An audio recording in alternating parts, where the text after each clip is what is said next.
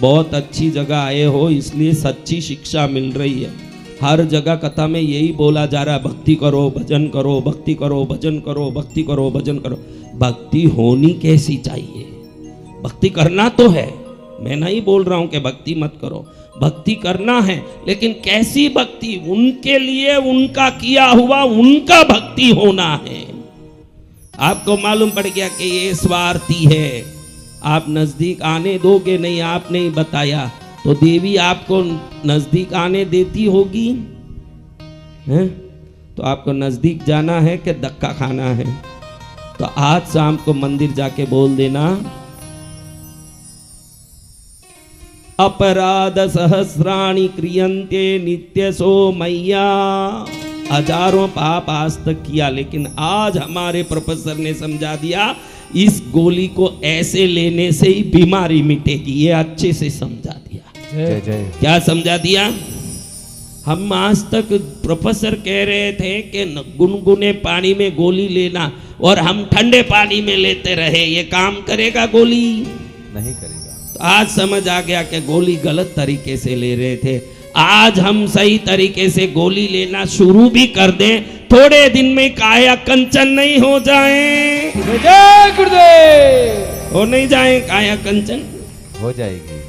हाँ, बंसीलाल जी ऐसे सोचे कि मैं बंसी बजाऊं, जैसे ही काम चलेगा। जितना ज्यादा बोलने की कोशिश करोगे, देखो संसार में जितने मौन रहोगे नुकसान में रहोगे। संसार में बोलना पड़ेगा, समय पर नहीं बोला आदमी आपको ठग देगा।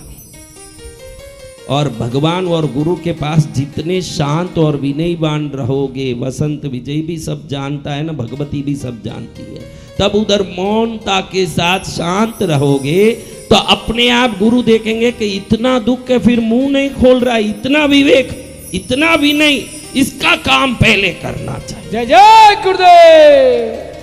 वो ना तो पैसे के लिए काम करते हैं, ना रिश्ते के लिए काम करते हैं। क्या देवी रिश्ते हैं इसलिए काम करेगी? नहीं। पैसा लेके काम करेगी? नहीं। वो दया से ही करेगी। आप समझ लो कि कोई गाय नाचने से, आप नाचो तो ही दूध देती हो, उस गाय के सामने दूध निकालना तो आपको क्या करना पड़ेगा? नाचना पड़ेगा। हाँ?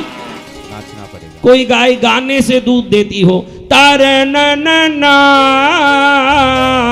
तो आपको क्या करना पड़ेगा? हमारा गाना पड़ेगा।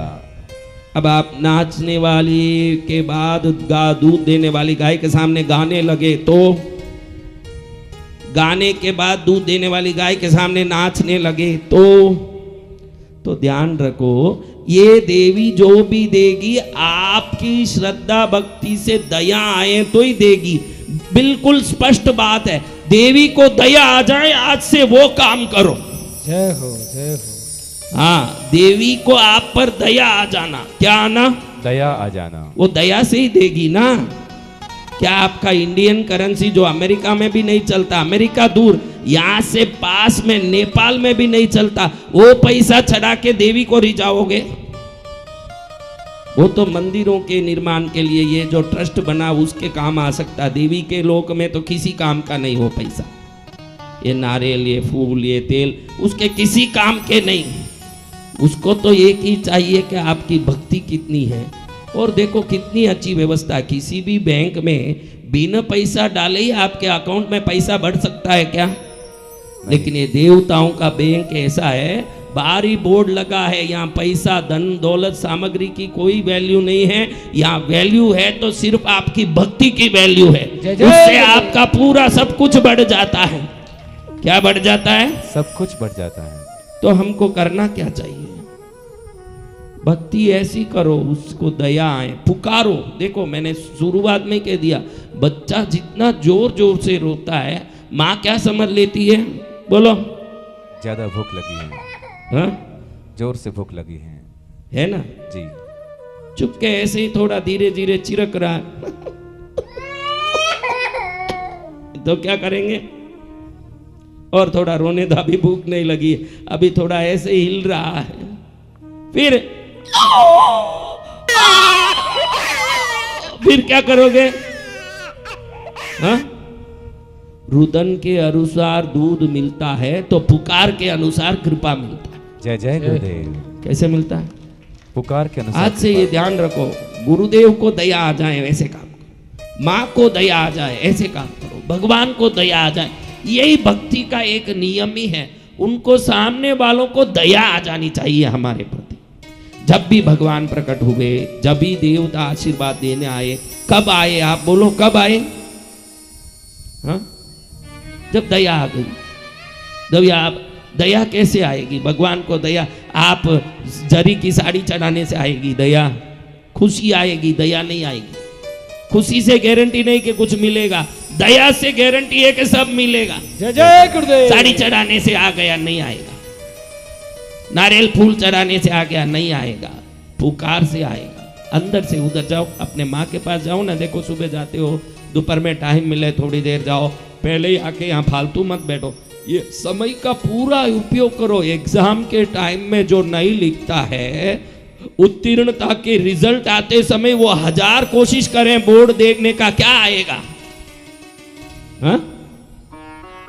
FAIL आएगा, उधर लिखा होगा FAIL। फेल। क्या? फेल। हाँ, ये तो FA5 भी कहते हैं, मैं तो F से फाइल ही कहता हूँ। जय हो। वो तो फाइन भी कह देते हैं, FINE फाइन। क्या कहते हैं? FINE fine. FINE फाइन तो तब होगा जब DAYA दया आने जैसे काम करोगे। जय जय गुरुदेव। जब तक कोई FINE नहीं आएगा, F तो आएगा, 4 अक्षर वही आएगा, लेकिन FAIL आ जाएगा। क्या आ जाएगा? FAIL। पढ़े, क्या आया? फेल।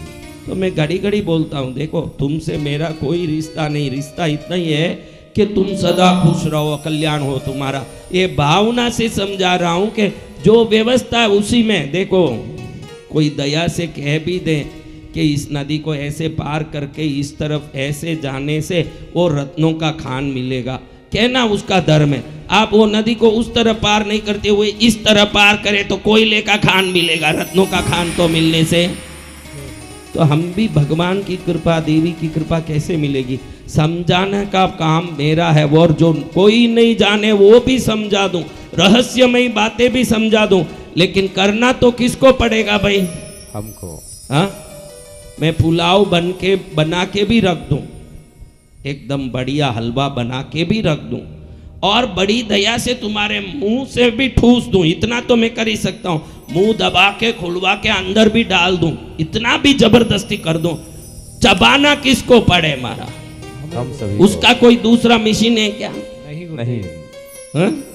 तो कथा के माध्यम से, भजन के माध्यम से, सत्संगों के माध्यम से, यज्ञ के माध्यम से, पूजा के माध्यम से, विभिन्न कारणों के माध्यम से मैं आपके मुंह खोल के जबरदस्ती ठूस भी सकता हूँ। चबाना तो आपको ही पड़ेगा, तब अंदर जाएगा। जय जय गुरुदेव। कब अंदर जाएगा? जब हम चबाएंगे। कब चबाना? मुंह खोलने तैयार नहीं। आप ही बोलो, इधर ही बैठे हो, 24 घंटे में कितने घंटे फोनों में, इधर बैठे भी दिल उधर ही तो रमता है। क्या चल रहा है सब? यहाँ तो अच्छा है, सब ठीक है, लेकिन उधर क्या है?